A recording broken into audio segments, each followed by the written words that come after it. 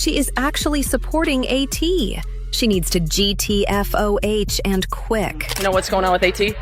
I think first and foremost, it's absolutely unacceptable.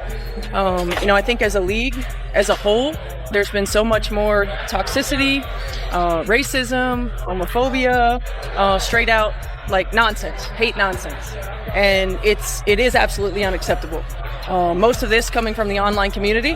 Most of this, in my heart of hearts, I believe, not coming from WNBA fans, Indiana Fever fans. Wait a minute. Stephanie White finally speaks on the Alyssa Thomas-Caitlin Clark altercation and somehow makes it sound like a polite disagreement over avocado toast. Instead of backing the league's biggest star like everyone expected, she stylishly downplays the whole thing while writing for Thomas. This pro-level gaslighting. Or just veteran diplomacy. Either way, the drama just got served with a side of elegance. You need to hear how she spun this. Everyone expected more until Stephanie White finally spoke out about that wild altercation between Alyssa Thomas and Caitlin Clark, and somehow she managed to make the whole thing sound like a minor misunderstanding. Instead of the kind of hard foul that could end, most people expected the Fever coach to come out swinging for her star rookie, who keeps getting targeted night after night. But instead, White sounded a lot like the rest of the league, offering polite words while downplaying. Get somebody to spend the rest of your life with who looks at you the way Stephanie White looks at Alyssa Thomas and DeWanna Bonner. Get somebody to spend the rest of your life with who defends you the way Stephanie White defends Alyssa Thomas and DeWanna Bonner. And don't get somebody to spend the rest of your life with who looks at you how Stephanie White looks at Caitlin Clark. How dangerous the play really looked. She talked about appreciating the review that led to the suspension, yet she spent more time wondering why officials missed it live, rather than demanding the league step up with real protection for players like Clark, who put the entire WNBA on their backs with massive ratings and sold-out arenas. Romit is almost impressive how stylishly she sidestepped the bigger issue. White has every reason to push hard for changes because her team relies on Clark staying healthy to make deep runs. But she chose the safe route that echoes what so many others say. She called out online hate directed at both sides, which is fine on its own. Yet she never really hammered home that the league needs stricter rules and instant accountability. To stop these incidents before they happen, Clark has drawn more fouls than just about anyone this season. And a lot of them feel intentional, like opponents test how far they can go against the face of the league. Stephanie White has spoken, defending Alyssa Thomas.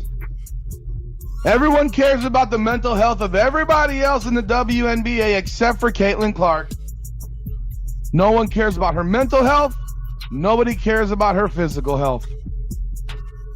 But they all care about the mental health, the physical health, the everything health of Alyssa Thomas, because Alyssa Thomas is the victim. She's the victim.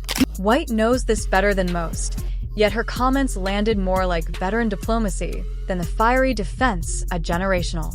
The Real kicker came when Alyssa Thomas broke her own silence after serving that one-game suspension. Thomas acted shocked by the punishment and claimed she did not even deserve the treatment or the suspension at all. She called the play a complete accident and complained that the league stayed quiet while she received death threats and ugly messages. Fans lost their minds over that one because the tape shows Thomas with her fist making contact right around Clark's throat area during a scramble. IT looked reckless at best and dangerous at worst, especially when Clark has already dealt with hard landings, pokes to the eye, and cheap shots that seem to follow her everywhere she goes. Thomas, framing herself as the real victim, here only poured gas on the fire. And now she's adding more towards it. Your player could have had her career ended that night. Thank God she did. If Alyssa Thomas landed on her leg, the same leg that ended her season, her fist was on her neck. And the outrage spread fast across social media and sports shows. Thomas saying she did not deserve Any discipline feels like classic downplaying, the same energy White showed in her measured response. The league handed out a one-game suspension after a review upgraded the foul, but that punishment barely registers. Players notice when consequences stay this light, and it basically gives the green light for more of the same rough stuff. Caitlin Clark should not have to keep dealing with this every single night just to prove she belongs. She came into the league as the most hyped rookie in years, shattering records and bringing new fans who never watched women's basketball before. Yet here she is, absorbing hits that would make headlines if they happen to any of the established stars.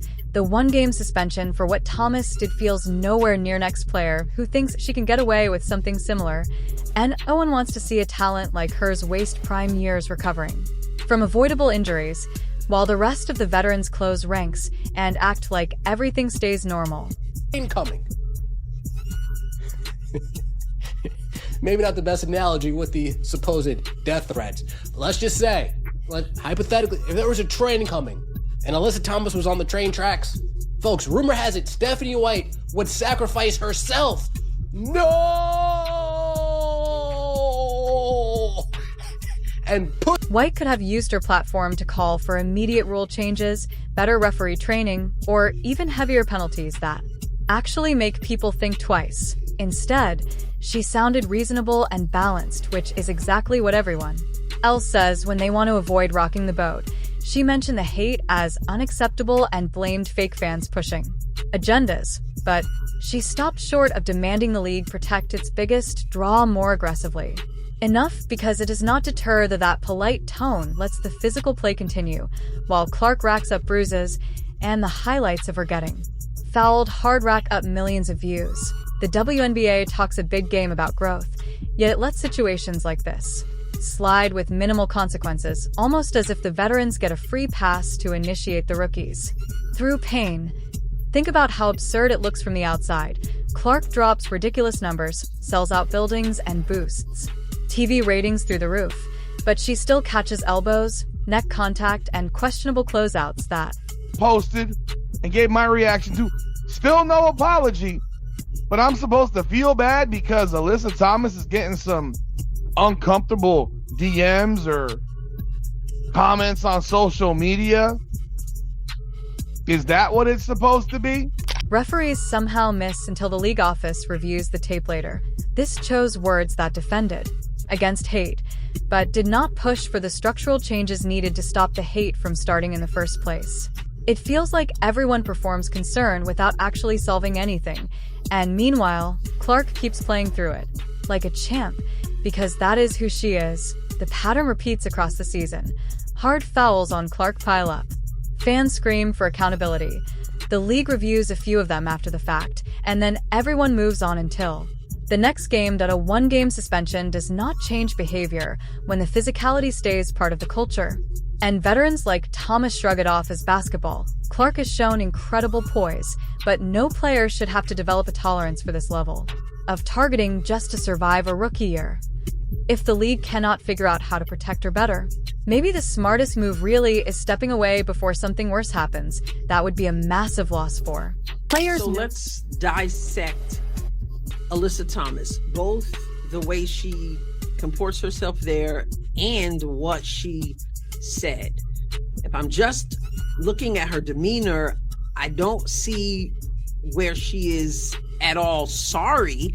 Again, even if your assertion is that it was unintentional, the WNBA, yet it might finally force everyone to confront how they treat the player, bringing all the new energy and money into the league. Thomas deserved more pushback for claiming innocence after a play that looked intentional. On every replay, the suspension should have carried real weight, maybe multiple games or a fine that stings, so other players understand the league stands behind its stars instead of letting rivalries turn dangerous. Clark's talent elevates everyone, but that elevation comes with extra physical attention that the rules need to address directly. Fans see through the polished responses. They watch Clark get hammered, while the veterans circle the wagons and talk about respect for the game. White could have stood out by being blunt about the need for change. Yet, She blended right in with the standard statements. The outrage over Thomas's comments grew because people recognize when someone tries to rewrite that polite. Now Alyssa Thomas is the victim because people are saying words on social media. And now it's these online communities. Have you seen the online communities for Caitlin Clark? Huh? I read them. They make fun of, destroy Caitlin Clark every single day. They say the craziest things. Have you talked about that? No. So this is crazy to me. Stephanie White, I think it was better you just shut the hell up, in my opinion. It was best for you to shut the hell up. Narrative after a bad look. As a slap on the wrist in a long season. Talent deserves .icing career. Listen, any Caitlin Clark or Indiana Fever fan that's still taking up for this woman, you're pathetic. At this point, y'all do realize she sat up there, and I cut the video short because it would have just made a lot of y'all mad. And if you want to get mad, go watch the full video and waste, 3-4 minutes of your life that you won't get back. But y'all do realize the person that was attacked was the person that she coaches. Do y'all not realize this?